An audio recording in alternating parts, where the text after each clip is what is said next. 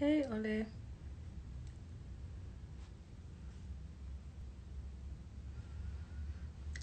So we're halfway through the week. How are you guys doing? Hi, Neto. How are you guys doing? What have you guys been up to? Just Noku. You're exhausted. Yeah, I'm feeling that too. I'm actually a little. I don't know. I have a bit of a sinus situation going on at the moment, so I'm not quite 100%. But other than that, I am okay. Still taking it easy. Still trying not to put myself under too much pressure. Trying to rest as much as possible while I can, because I also know that once things kind of return to normal post COVID, work is going to get pretty insane again. So I'm taking as much advantage as I can of the downtime that I have available to just really rest as much as possible. I also can't wait for Friday. Actually, for most of today, I thought it was Thursday, to be quite honest. I was like, oh, tomorrow's Friday. No, it's not. Definitely a lot of that. Also tired earlier. There's definitely something, it's been a rough year, and I think that because, of everything that's been going on, our year-end fatigue has kind of kicked in earlier than normal, because, there's nothing normal about this year. Okay, guys, welcome to our IG Live today, which is going to be focusing on recruitment, understanding, what are the key things that we need to understand about the recruitment process in organizations, going through interviews, what do we need to know, what do we need to share, and what do we actually not need to share, but that organizations might make us think that we do, and how do you know when you're oversharing. But the other thing that I really wanted to chat about is, we know that when you are being recruited in an organization, you go through various checks, right? Criminal checks, credit checks, and so I'm obviously quite concerned about the impact that the post-pandemic life is going to have for people who are going to be looking for jobs, because there's going to be a lot of people who are going to be in the job market, but what is that going to mean for them if they've been out of work, out of income, debt, skyrocketing, unable to pay their bills right now? So how is that going to impact on their future potential job opportunities? So it's a conversation that we're going to be having with Ole, our resident HR queen, who's going to hopefully help us try and answer some of these questions. As always, whatever questions or comments that you have, please do share them here and we will cover those as well. Hi to everybody who's just joined us. Nugu should rest the body and the mind needs it. Absolutely, completely agree. Ole, when you're ready, please just send me a request to join. Piti says, hi Sihle, I'm exhausted already. I have 2 tests I still need to write this week. Go hectic. The way I've been abandoning my online courses, and I keep getting these email reminders of assignments that are due, and I'm just like, who are you talking to? I just don't have it in me. And it's like I have courses that I'm really excited about, like genuinely interested in the content, but my attention span right now just does not extend to academics at all. I'm not even gonna lie. So yeah. Hey Bagang, welcome. Hey Manzi Munati. Okay, there's okay. Welcome to everybody who's just joined us. We're about to start our conversation now. Hi. Okay, what's going on? I can see you. Can you see me? Okay, yes, I can. It's all black here. I can't see myself. So I don't know if the camera is positioned right or wrong. That is so weird. Well, I can see you. And I hope everybody who's watching can see you. Oh, wow. This is weird. Like, how does this happen? Let me see.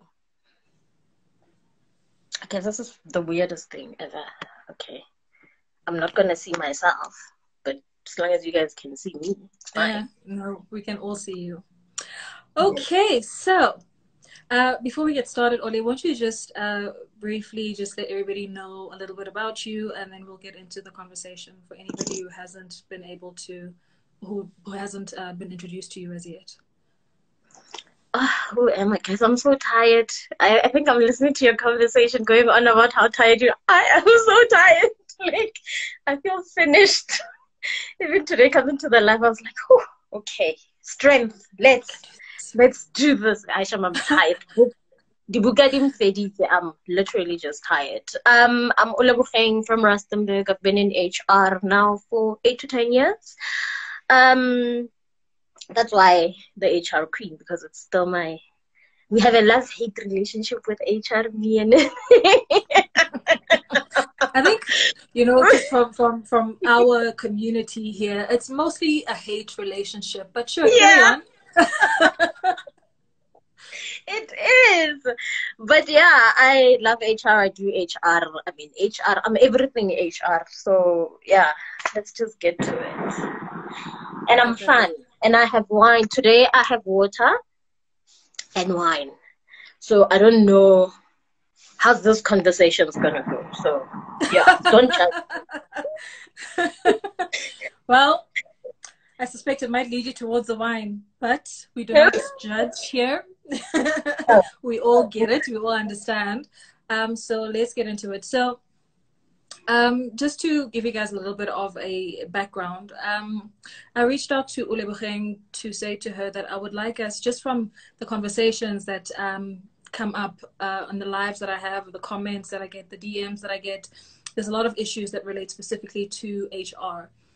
And I wanted to be able to initiate a series of conversations that focus just on HR related issues. So once a month, we're going to have a live that focuses only on HR related matters, because often if we try to squeeze it into another conversation, there's just never enough time. But also I think there's just so many different layers to HR that we underestimate or that we don't understand.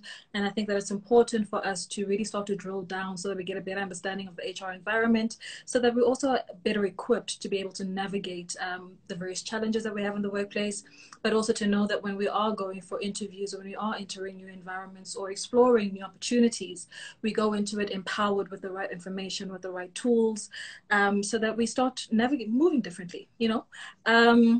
But also I think it's especially important now because a lot of people are looking for new opportunities. A lot of people are out of jobs and are looking for new jobs. And so I think it's an opportune time for us to be having these conversations so that, you know, we're not making the same mistakes, right? Because when you know better, you do better. Okay. Yeah. So I figured, you know, where do you even begin to tackle HR? So let's start at the beginning. Which is the recruitment, right? And that's the conversation we're focusing on today.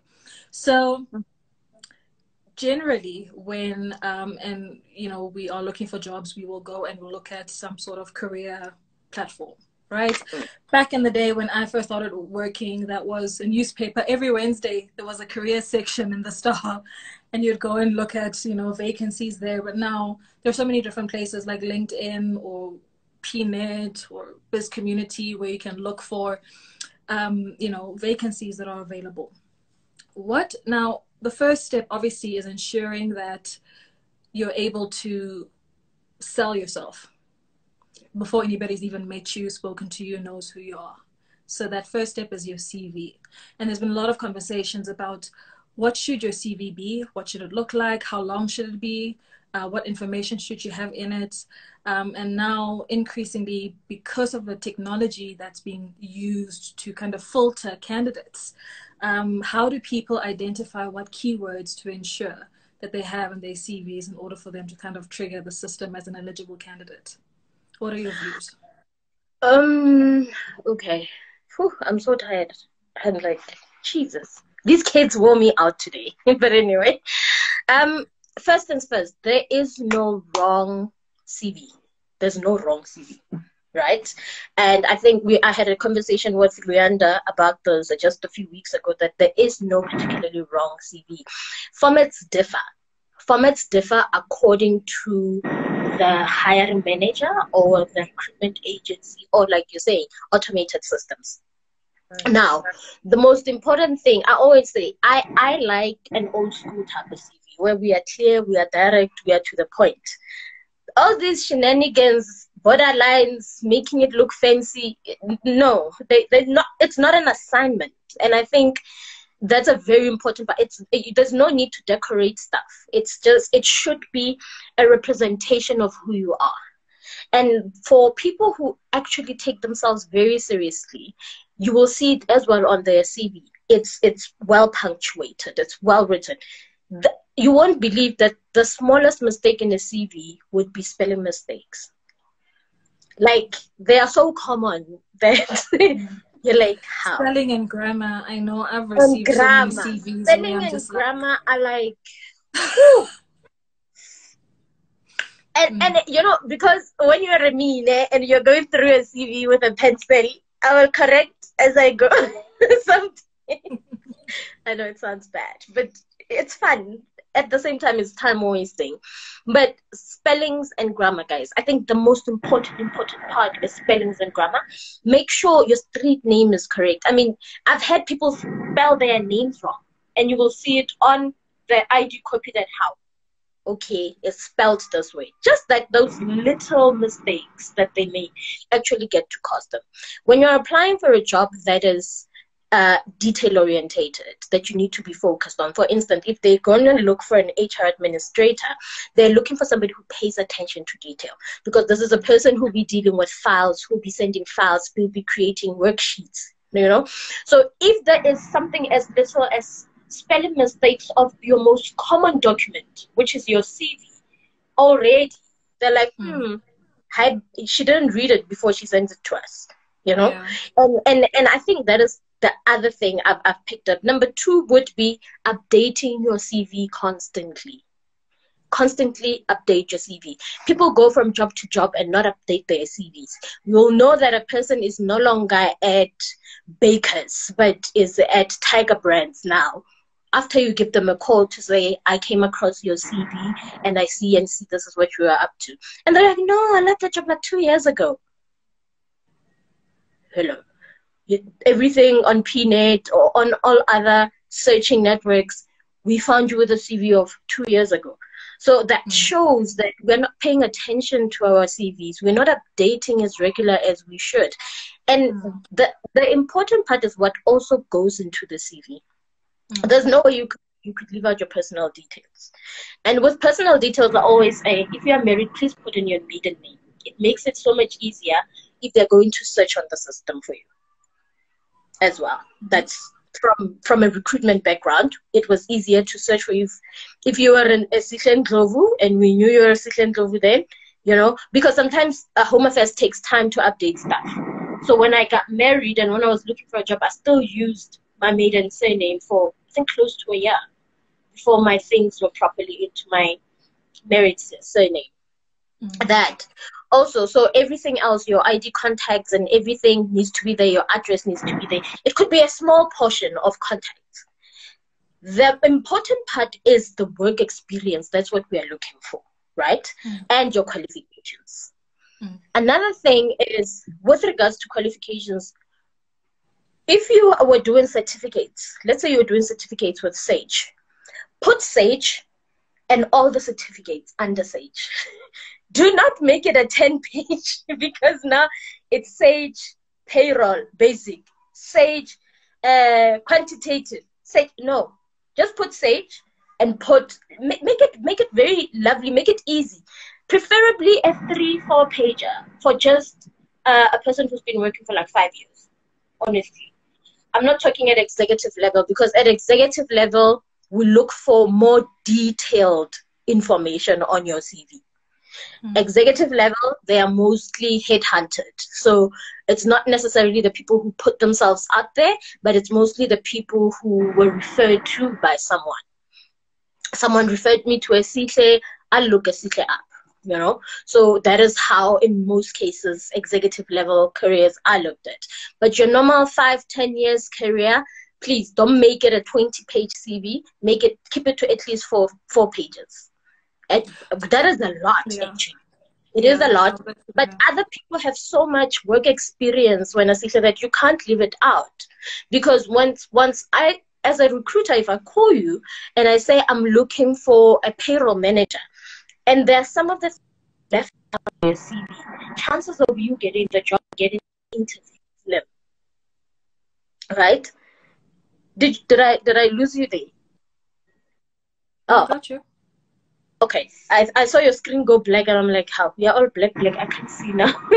But anyway, so that is the thing. The more information you put in, the better. But detailed, critical information. You are if your job spec was about 30 things, you're not gonna put 30 things in the CV. You're gonna put critical information. Like for instance, the fact that you pay attention, like let's say you were dealing with time and attendance. That's an important part. You're dealing with time and attendance. Filing and no. It comes with a job. You will file. You understand? And I find that is where we make a lot of common mistakes. And then our CVs become so prolonged. It's a 6-8 pager, but when you look, you're like, I can pinpoint 5 things each job. And you can also write critical or achieved job specifications. These are it. You could write 5 or 6 of them so that at least we get you. Menzi says you will find. Yes, you will find. Nobody's not filing. Everybody None of us can avoid admin. everybody files. So that is the first part. And there's a part where you get people ask for a cover page. I always say cover pages for people who come out of varsity. They need to present themselves to their new employer. They're out of varsity to say, ta-da-da, I did a BTech in this, I worked for the library, or I was volunteering, so and so and so. When you're already an experienced professional, I don't need a cover page. I need a paragraph of small information about yourself. That this is where you get to sell yourself to me, right? In that 5, 6 sentences, that's it. We don't need a full page of. And then I went to school. You know, me and my mom my mother is a single mother. That's the oversharing that we were talking about. There's a lot of people who overshare in their cover pages, even in their interviews, but we'll get there. So make sure it's as minimal as possible so that it's what intrigues me to give you a call to say, I found your CV on so-and-so website. I'm looking for an HR officer, a finance manager. You know, that is the part that sells you, especially if you've been employed before. If you're coming straight out of varsity, it's understandable to write for me a page because you're trying, for me as the hiring manager, to try and see where you are coming from, why you need this job, and. So I'm a stickler for language, right? So I always want to like clarify things until we're all on the same page. So many times HR people, recruiters will say that they want, they want CVs to be relatively detailed so that they can see who the person is, right? But honestly, CVs are not about seeing who a person is. It's about seeing whether they have the required skills.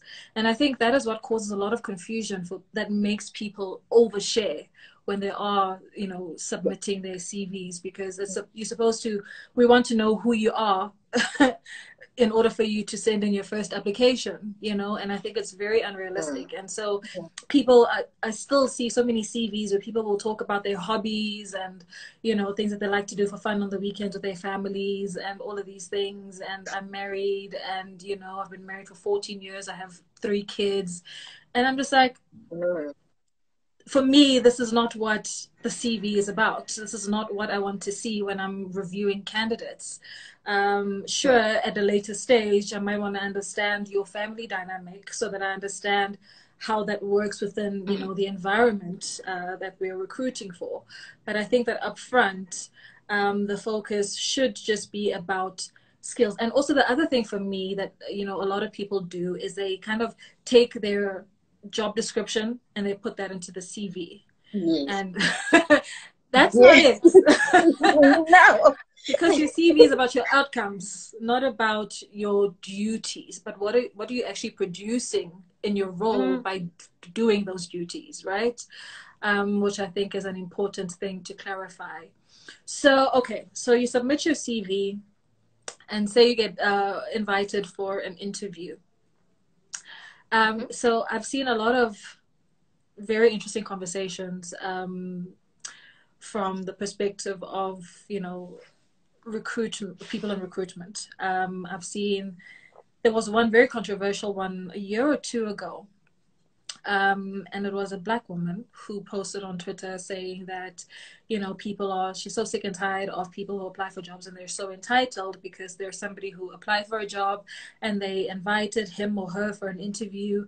And this person said, I'm not available on this day. Can you suggest another day? And she was so offended by this person saying that they're not available. And we were all just like, so because you happen to be managing a vacancy that entitles you to ownership and this crazy power over people who are applying for the job, so how empowered are people to be able to negotiate availability when it comes to interviews? That's the first thing. And then the second thing is, once the interview has been scheduled and now you're sitting in that room, how much information is too much information? Okay. Number one, you can say to a recruiter, hiring manager, whatever, to say, look, I'm not available on a Wednesday. Let's just be honest. Half the time we are interviewing people who are working. So you kind of have to work with their time as well. I've conducted interviews after hours because the person knocks off at 4 and is only going to be able to get to our premises at about 5. We've had those kind of things. At the end of the day, it becomes your job. If you want the person, then it becomes your job to make sure they are there at the time that is comfortable to them. You know how uncomfortable it is to keep lying to your employer and be like, my child is sick. Why should we do that? My child is not sick. I need to leave. The other thing that aggravates it even more is once you've gone through all of those interviews and then you've got to go for psychometrics. Where am I going to find 4 hours away from my job to take a psychometric assessment? I don't know why potential employers act like they don't have employees, like they don't understand what this actually means. I think that is the thing that frustrates me is, and Ole can stay behind and say, look, we can do the interview at 5, or we can start earlier. We can be at work. If you're like, no, can I do it before I pitch for work? At least if I'm late, it's better than me knocking off early for other people, depending on where they are at, right? If you're going to have to interview a person who's all the way in Soweto and has to come to Midrand, let's just be real. First of all, that person is not going to make it there on the time, especially during traffic, unless it's people who have, because the other thing about interviews is the person can take leave or take a half day. Already there's like half day during the week where there's already at where you work. That is the thing. And sometimes an interview doesn't even last 45 minutes. It goes over. It goes over. So if that person told themselves that, look, I'll do it during my lunchtime. Maybe that person is closer to where you are. And then it goes over. What then? That's why it's always important to ask the person you're going to interview at the time that they are comfortable with. And I always say this to my managers, that let's try to meet them halfway. You're working with 2 people or 3 people's calendar. It's a panel interview. So already that's a mess on its own as you are employed for a company. It's a mess. Maybe there's a director of marketing, and then there is a CFO, and then there's an HR person, and then there's you who's taking the minutes. Everybody needs to be available at the same time, firstly.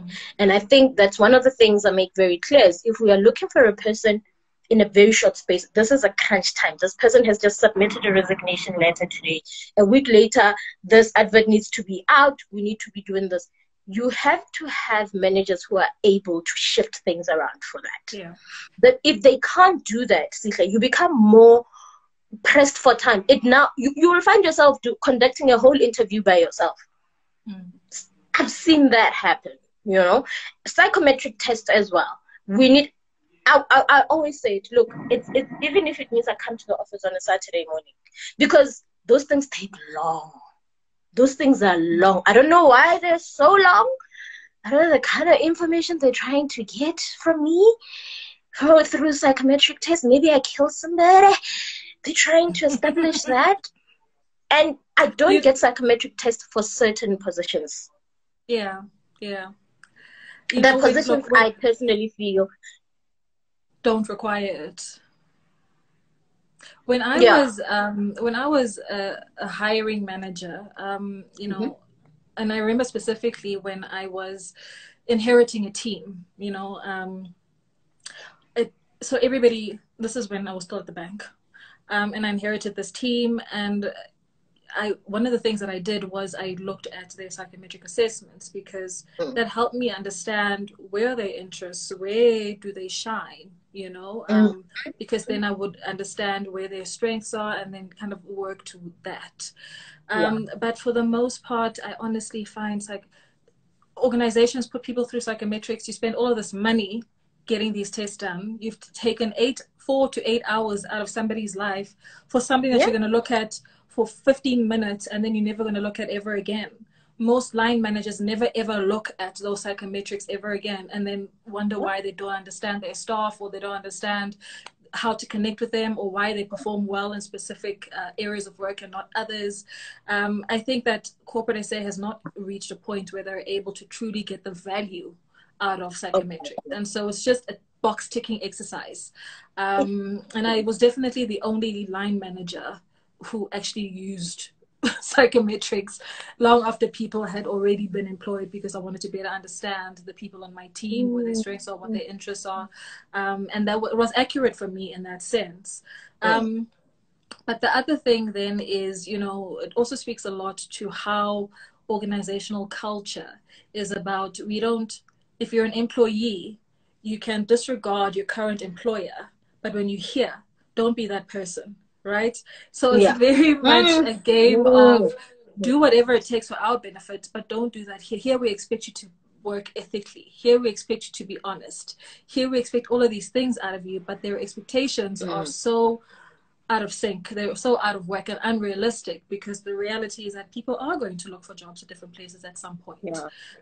That's just the nature of our careers. We're not going to be we're no longer at a stage where we stay in one job for 20 years. We're not that generation anymore, you know? Of course. So now interviews.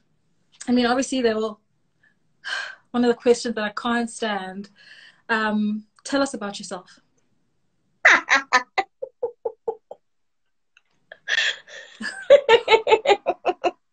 I'm not laughing. I'm just like, I keep losing you. Can I leave the live and you invite me back? Okay.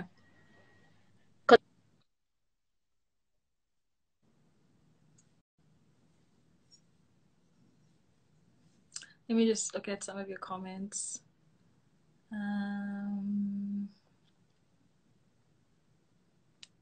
Emma says the psychometric test results are a box ticking exercise. You never see the results, even when you inherit a team. I had to demand those results, because it just kind of stays with HR. And even when after the tests have been done, more often than not, the results kind of sit with HR and they never go to the hiring manager anyway. It's also such a very bizarre thing. Are organizations and companies obliged to show the salary range? It's a goodie.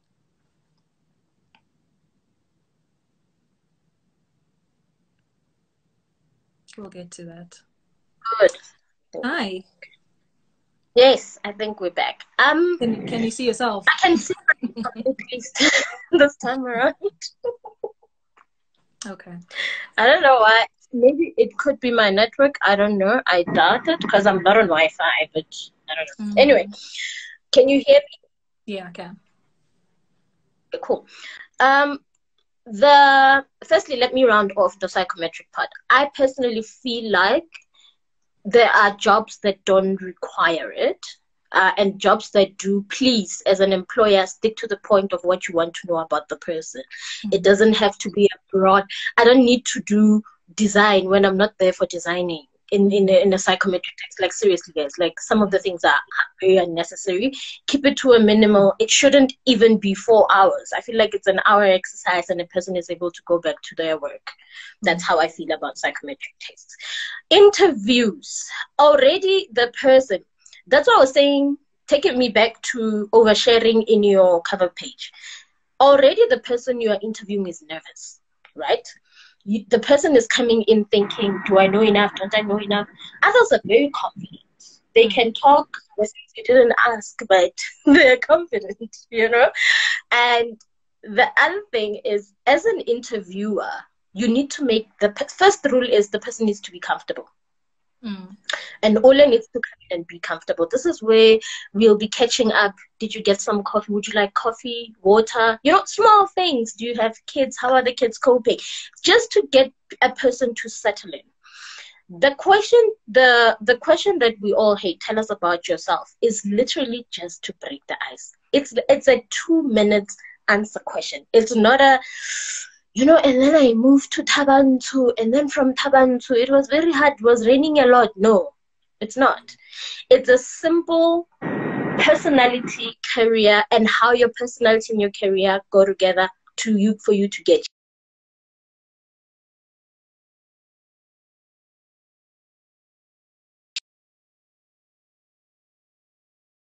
the HR. Why I studied for HR, maybe a certain, you know. So those are the key things you also need to look at.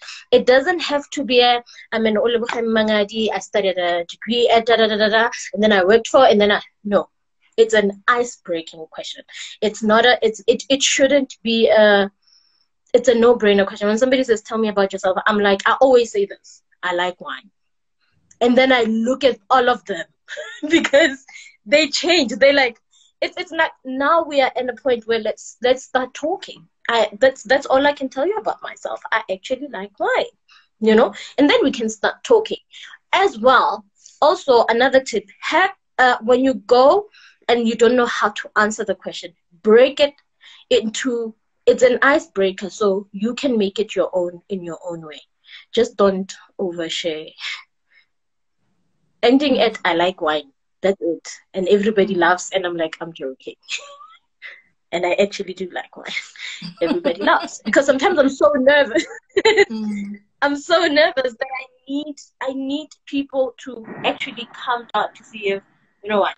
And once you start saying something that people didn't expect, it becomes an easy interview for everybody.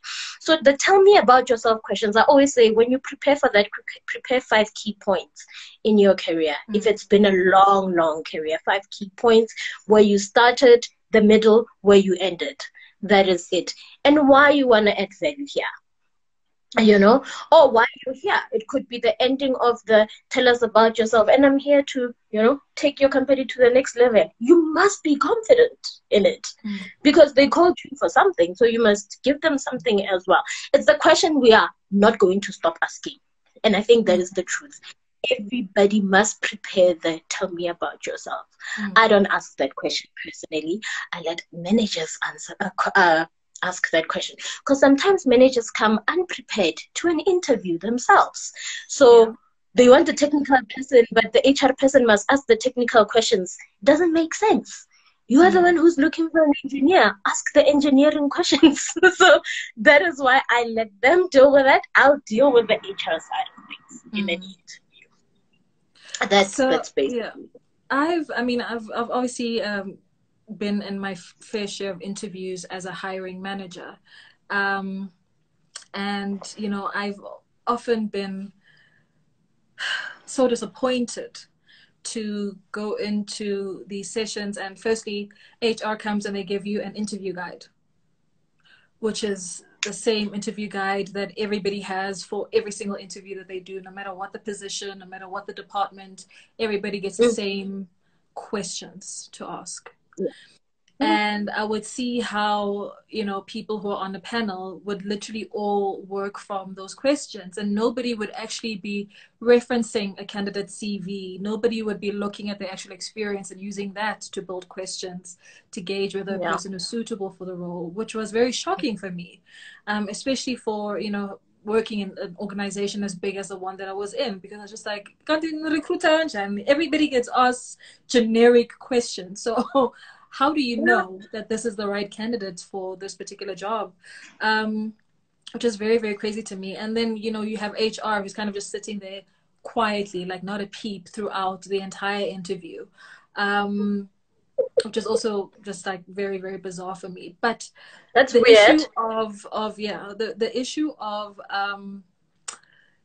you go through the questions. They ask you about your experience. They ask you strengths and weaknesses. Well, my areas of development Sife, are... are you still there? Yeah, I am. Are you losing me?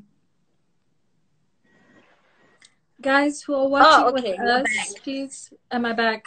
Okay. Yes, you're back. So You're back. the other question is, tell us your strengths and weaknesses. What do you want people to say? I hate that question. What's my passion, life, and everything else? Yes, I'm sorry.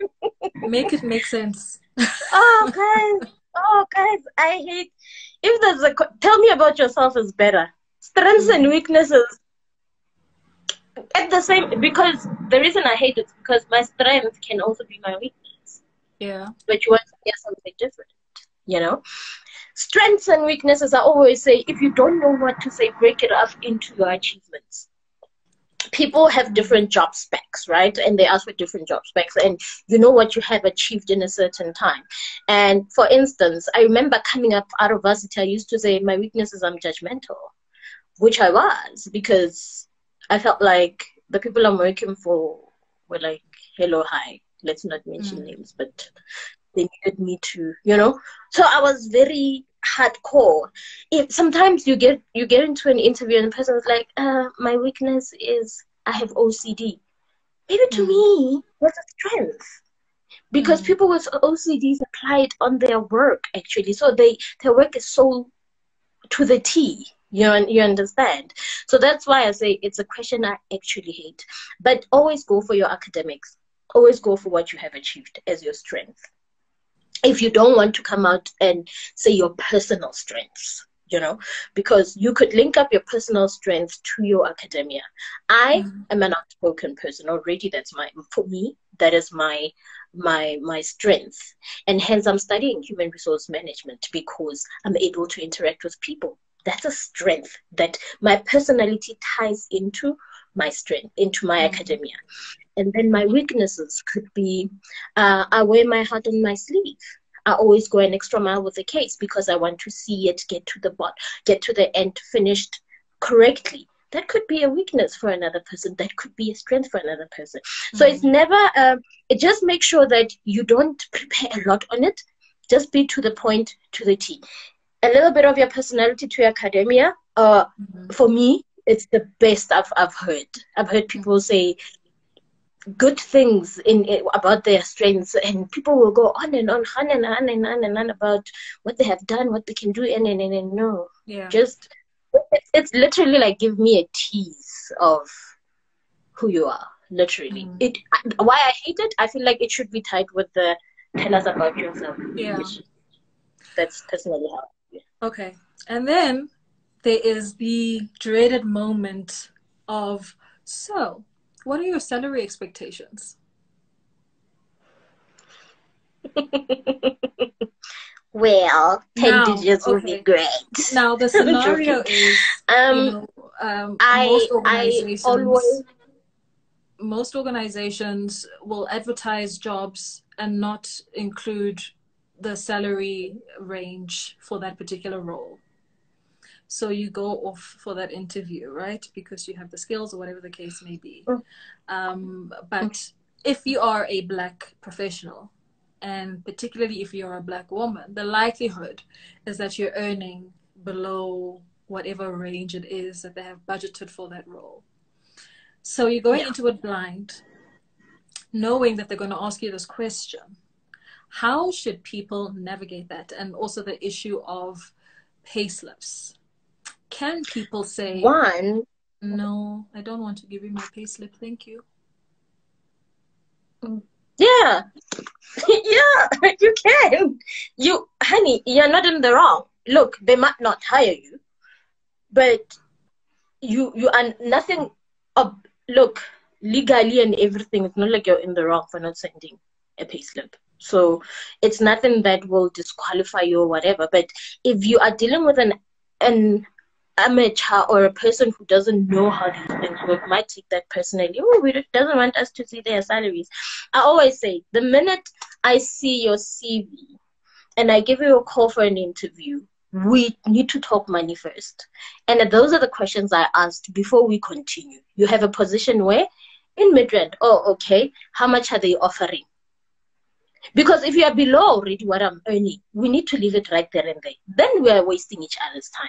I've had somebody interview for an HR manager position, and the person who was interviewing her asked her, you are above what we are asking. Why did you call the person? Why? You know, you are well within your right to say, I don't want to send my payslip. You can send me an offer. I'll either accept or reject. You are well within your right to say that. And it's professional, it's clean, you are not cursing anybody. That's it. The salary expectation, the easiest way, if you don't want to talk about it, you say, I will, what's the word I'm looking for? Jesus. The HR manager has already mentioned that this vacancy is for 700K. You are not talking about expectations. What the HR or the hiring manager has already told you is this: the budget for this is 650,000. That's it. They don't need to know anything else, because that's the most uncomfortable question I've seen people living in higher positions crumble under. It's like, and people try to be modest. Guys, if you want more money, you want more money, and you must say it. You want more money. You do, because you are there because of your employer doesn't give you a lot of money that you are looking for, though. So hence you came for the interview. And that's why you get people become snappy in interviews, because of the way we ask the question, who is asking the question. I mean, if you're going to say to us, I see you're above what we are asking, that's not a negotiation. You're not negotiation. You're already saying to a person, Watura, you know? So if you're going to negotiate with a person, be ethical about it. Do it in a manner that the person can see value in. Should I go down from what they are asking, but this is what they are offering? Maybe they'll pay your bursary, or maybe their benefits are better. But do it in a way that it's a person to a person. And there's this attitude that I don't like. I don't like this attitude of, because I called you for an interview, you must do exactly what I tell you. People go into interviews for that, with that attitude, especially hiring managers. I don't know why. I kind of feel like interviewing people is part of your scope, so you need to do it, and you need to do it well. You shouldn't be calling if a person is a student, you must expect. If the person said, look, I'm going to be 5 minutes late, taxes were giving me a problem. Guys, we are all people, and we all go through these things. But you'll get a person, who feels like, no, don't bother coming, because in 5 minutes it will be too late. You do. So with the money question, to the point, to the T, the hiring manager said the budget for this position is hiring for 800K. That's it. That's your expectation, right there. They shouldn't go beat around the bush. And another thing that employers do is, when they write the budget, when they say the budget is 800K, they always want to come below. Yeah. It's never to the point. It's always below. So if we can get a cheaper person, if we can get one who, they always do that. So Peter's asking, how does one know how much they're worth? Salary expectation is a tough one. Look, there's a number. It's difficult to obviously know to the T what the exact amount should be, but there are various ways in which you can get an average of what people in your role, in your industry, in your city at your level are earning, so that you kind of have a range Yeah. to work within. So that's a good place for you to start to understand where you begin your negotiations and how far up you can go with them. So that's something that you should probably look into. There's a lot of different platforms, or even recruiters, recruitment companies who do annual surveys, salary surveys, and then publish those results publicly for people to see how much people are earning for various roles. So that's something for you to look into as well, and to see where you're sitting currently. And if you're below that, then you can start planning, how do you start bridging that gap and getting to the level that you should actually be on. Yeah, I think Google, I think the website is Pearson or Peterson grading, but mostly it's used for bigger organizations. Your mines use it, construction use it. So you'll know if you're a C grade, if you're a D grade, which one is the lowest and which is the upper asking they could ask you for. So maybe check that website out. I'm not sure if it's Peterson or Pearson. I'll check it out and then I'll post it on my. Okay, and then so, okay, we do the interviews, we say how much our salary expectations are. Guys, what's going on? Okay, cool, thank you. So, okay. Are we back? Can you see me? Are you okay? Keep losing Ole. I see you. See you, I see you. Yes, now I hear you. Okay, now I can hear you. So people go through. Can I also answer? Sorry, Sihle. Can I also answer? Why is HR always quiet during interviews? I don't know. I speak a lot during interviews because I have to go through the CV. So I have to ask questions based on the CV. Like Sihle was saying, you need to build the questions based on the CV. CVs are different. People have a different background in their work. So you need to start from there. So my job from the HR perspective is to go through what is on the CV with you during an interview, and then the line manager, whoever, will come with the technical questions. Normally, that's how I conduct an interview. Okay. And then, so now you go through the interview process, you're successful. Now you must submit your transcripts, you must submit must give permission for the background checks to be run. They do criminal, they do credit checks. Is it necessary for every single role to go through those checks? And how critical is credit checks, honestly? And which roles should credit checks be absolutely unavoidable for, like non-negotiable? But which roles are credit checks honestly neither here nor there? Okay, we can be employing receptionist and then we want to go and do a credit check, guys. Let's just be honest. We'll probably just check qualifications. If we are looking for certain qualifications, that is it. But people in the financial industry are checked. These people are checked, guys. Yo, it's like they're in jail.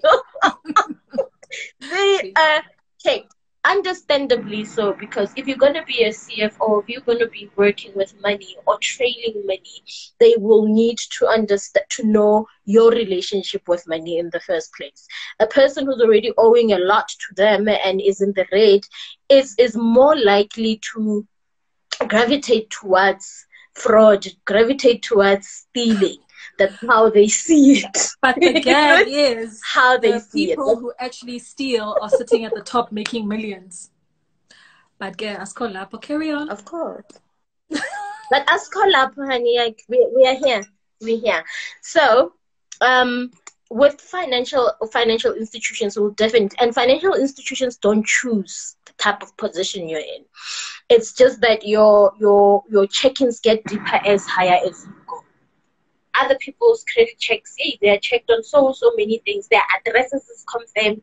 All these other things, unnecessary things, are confirmed just to make sure, And then some industries, your construction industry, it's not likely that maybe because I come from a construction industry as well, we didn't never really check a lot of people, unless it's people if I'm going to employ you for a payroll payroll administrator position, if you're going to be managing petty cash, such things, that's when we'll do your credit checks. But it's not likely that we will do it for a person who's coming in and is going to just be an administrator and an officer. When is this person dealing with money? So people and positions that are definitely dealing with money are the positions that are definitely going to require an intensive credit check. I don't think they are necessary, that it's necessary for you to know that I've got a judgment against me or anything if I'm not dealing with money from my side, you know. And I think that is the other part where companies spend a lot of money looking for these credit checks, like conducting these credit checks. They spend a lot of money. You should see the bill when it comes. If you've employed 5 people and you've asked for credit clearance, right? Yeah. There's some positions that even when the person has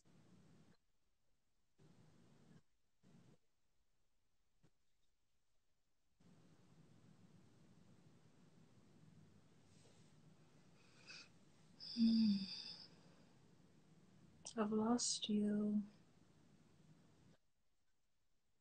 already, that disqualifies them. And I find it so sad. I always say credit checks, if I had my own way, I would say, but my credit is none of your business. It's not.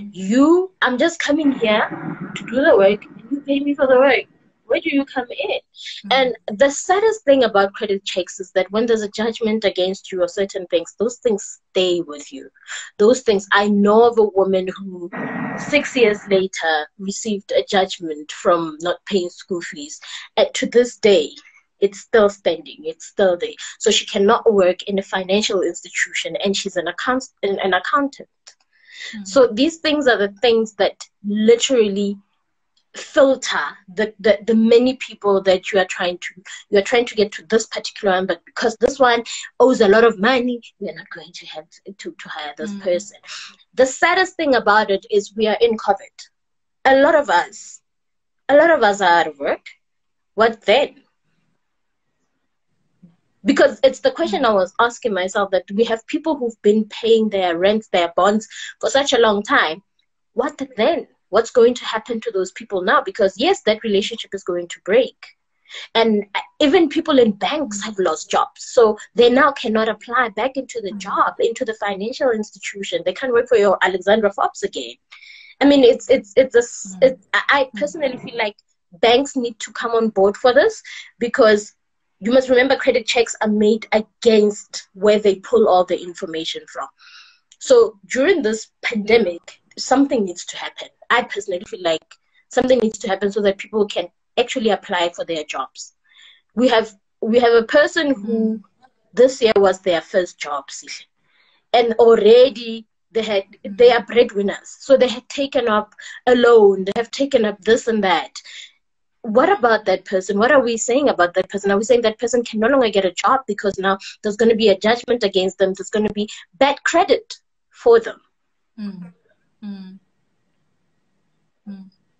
Absolutely. And that's why I wanted us to speak about this, because obviously I mentioned to you that this is something that's really concerning me. It's been on my mind quite a lot, because a lot of people are going to be impacted by this long after we've even stopped wearing masks. So many people are going to still be dealing with the repercussions of the financial loss as a result of this pandemic. And we all are seeing glaringly how organizations don't look at people, whether it's employees, whether it's customers, as individuals, right? People look at numbers that are computer pulls. We're not stopping to say, okay, if this person's in the red, why are they in the red? What is their actual individual experience? What is their history like?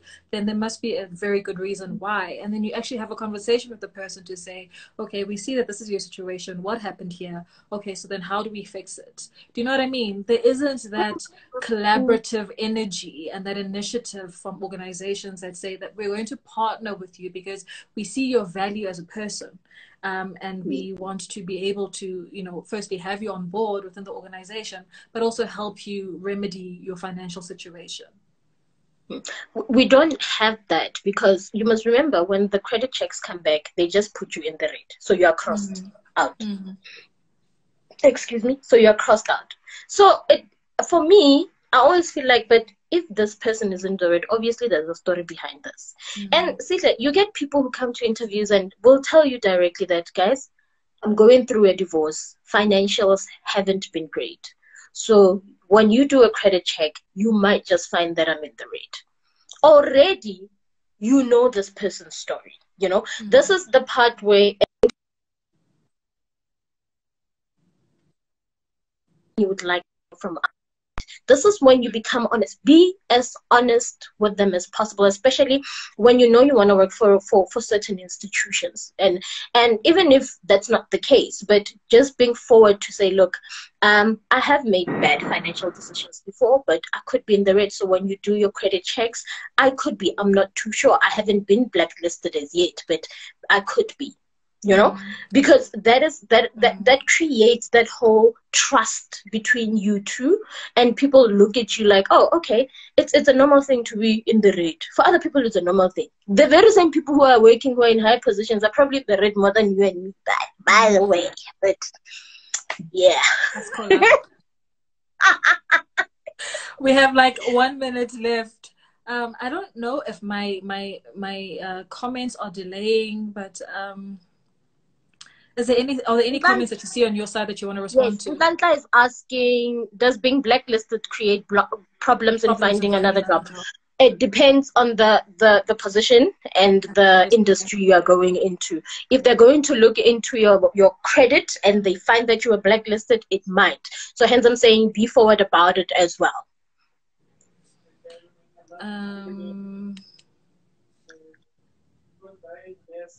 When employers, I think it's Vix. Sorry if I said your name wrong.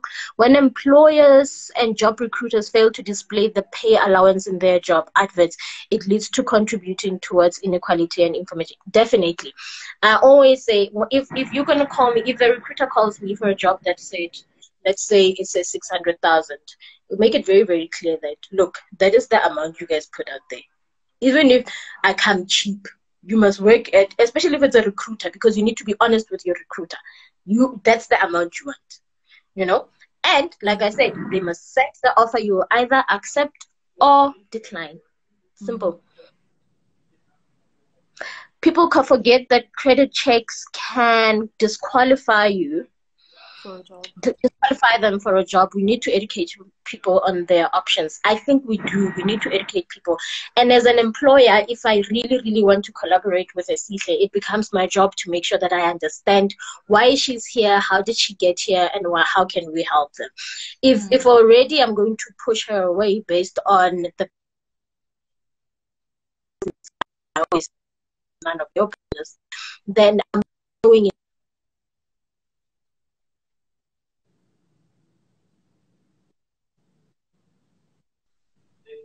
Yeah, I think I read as much as I can in the minute. Okay.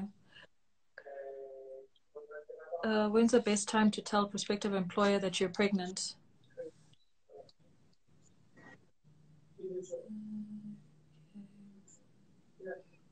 Okay, I think we... What's the best time to tell prospective employer that you are... Oh, honey, anytime. I told my employer that I'm pregnant. I was already 6 months into the pregnancy. It depends on your relationship as well, and I understand why people are afraid to tell them. But look, this is legislated. This is the law.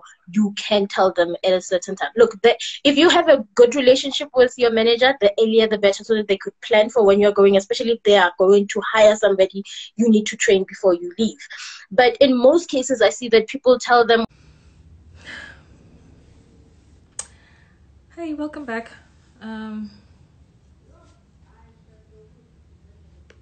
Instagram is so rude, just kicking us out so unceremoniously. Just want to finish answering that last question properly before we sign out, because I think it's an important one.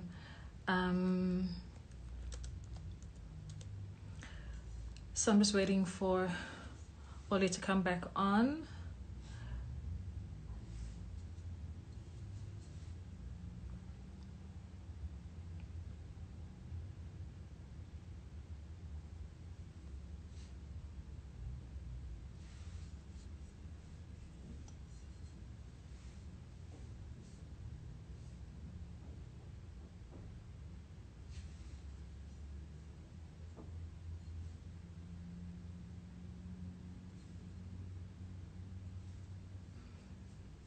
if there's any questions that you guys may have sent through that we missed in the first iteration of our live, please just send it again here so that we don't leave it out. We can probably just give another 3 to 5 minutes to just close that off before we end off today's session.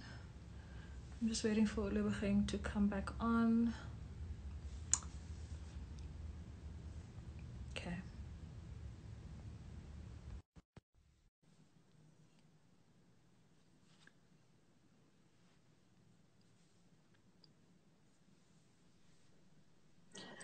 Okay, hi. You're back. So, okay, now That was so that was so rude. It was so rude, and we still had like a good 50 seconds on the clock.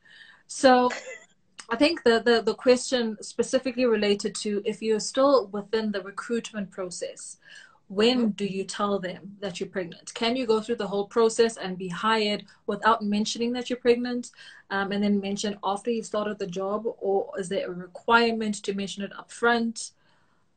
What's the what is the right thing to do?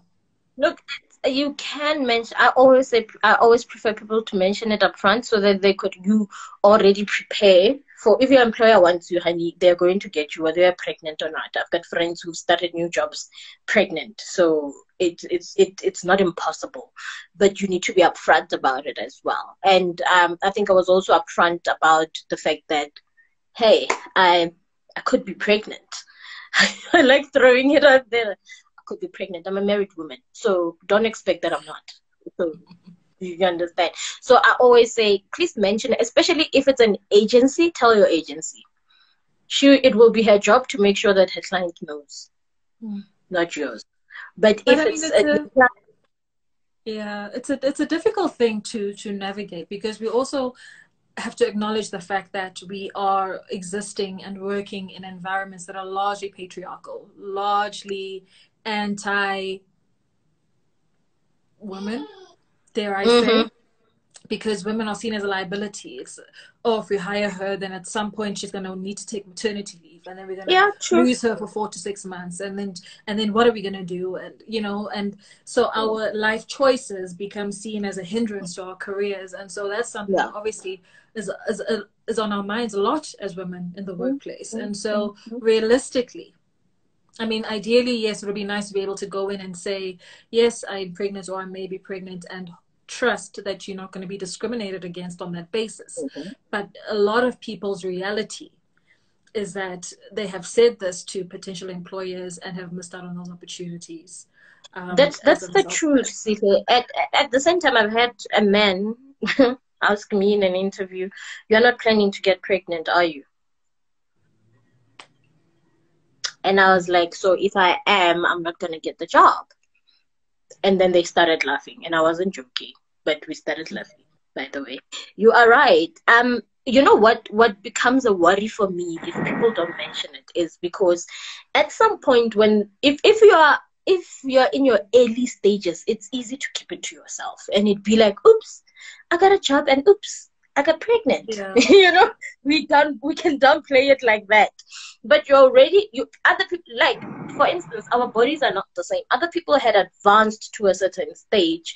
And then what are you going to say? Are you going to lie and say, I didn't know I was pregnant? You understand what I mean? So can we also do our part in trying our level best to level the playing field for everybody that, look, I'm well aware about this job. And I think the other mistake that people do is I am aware that there are no benefits for this. So you will be maybe unpaid for that time or something like that. But bring it out there that I am pregnant. I find it easier. And I find it that when you're working for a very good employer is looking for you, they take that into consideration. We have taken, I think I've had 3 women I've worked with who were hired pregnant. You understand? It's not all employees. Corporate, it's weird, obviously. Corporate is very weird. It's like we're not supposed to be people, but we are robotics. We can't get sperms inside of us. But anyway, sorry. But that is my thing. Thank you, National Geographic. No, I think that is that is one of the things that irritate me about in corporate, is the fact that we treat people as if they don't have life outside of being in the office. And there's so much life out of being in the people flourish when they leave at 5, eh? They become different people. And we are trying to say to them, no, we'll take care of you, we'll do this, but you are not. So when people are being honest with you, just for an example, see that people who are pregnant within the company are treated differently. Imagine when you are coming in and you are new. You know, I've stayed away from applying for jobs when I was pregnant. I did. It was a personal thing that's some things I don't want to go through. So I'll start applying after I've given birth, after my maternity has gone through. That's how I have dealt with that. Okay. Cool. Let me just see quickly before we close off. Seeing and believing. You heard me on WVON. Hey, thank you. Hi. It's an interview that I had yesterday. WVON is a radio station in Chicago. You were awesome. Thank you so much. Nicole says, correct, seek the prospective employer. Yeah, okay, cool. Fabulous. I'm glad we covered that angle. Correct, seek the reality is that we are discriminated against as women for falling pregnant. It's saddening and disgusting to say the least. Absolutely. Absolutely. But I think we've covered everybody's questions and comments. And I think we've covered what we set out to cover for today's session. For today. I saw that you shifted from water to wine, but then again, you know, it's an HR conversation. This is a natural progression. It's never. Santa says, I had a bad experience with the current employer. Worse, my manager was a woman with 2 kids. My job was a risk to my pregnancy. That happens. That happens, and it's very, and I know very exactly important. what you're talking about. I've seen I've seen an HR executive give a person a written warning simply because they come from the gynae and they didn't come back at the time that they said they were going to come back at. That was literally 30 minutes. As if doctors ever keep time.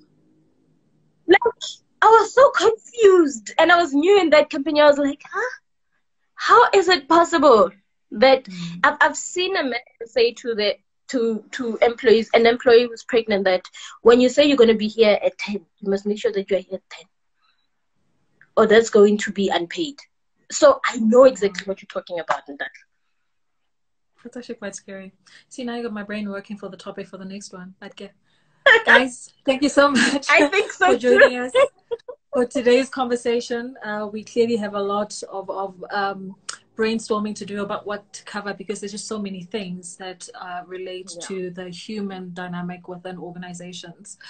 So we will see you again for the next installment, probably towards the end of September. And once we have determined the topic and the date, I will be sharing that on my platforms. If you're not following Oli yet, please do that. Her name is there, so you will see her her handle. So please give her a follow, and join us again next time. And for those of you who have been part of my conversations every Sunday, I'll see you on Sunday for our chapter by chapter. Yeah, she owes us. She owes us for last week. You owe us. I'm going. I had to prioritize last week. Last week, Sushi and Bubbles won. Sorry. So I'll see you guys on Sunday at 6 p.m. for this week's installment of Chapter by Chapter. And I hope you guys found this helpful. I hope that it was, you know, there was good information for you that you can use going forward. And I hope that when you are navigating your career, when you are trying to steer it in the direction that best serves you, that you do so now from a position of power and a position of knowledge. Have a great evening. Thank you so much, Ole. Thank you, Zikle. Anytime. Bye. Bye.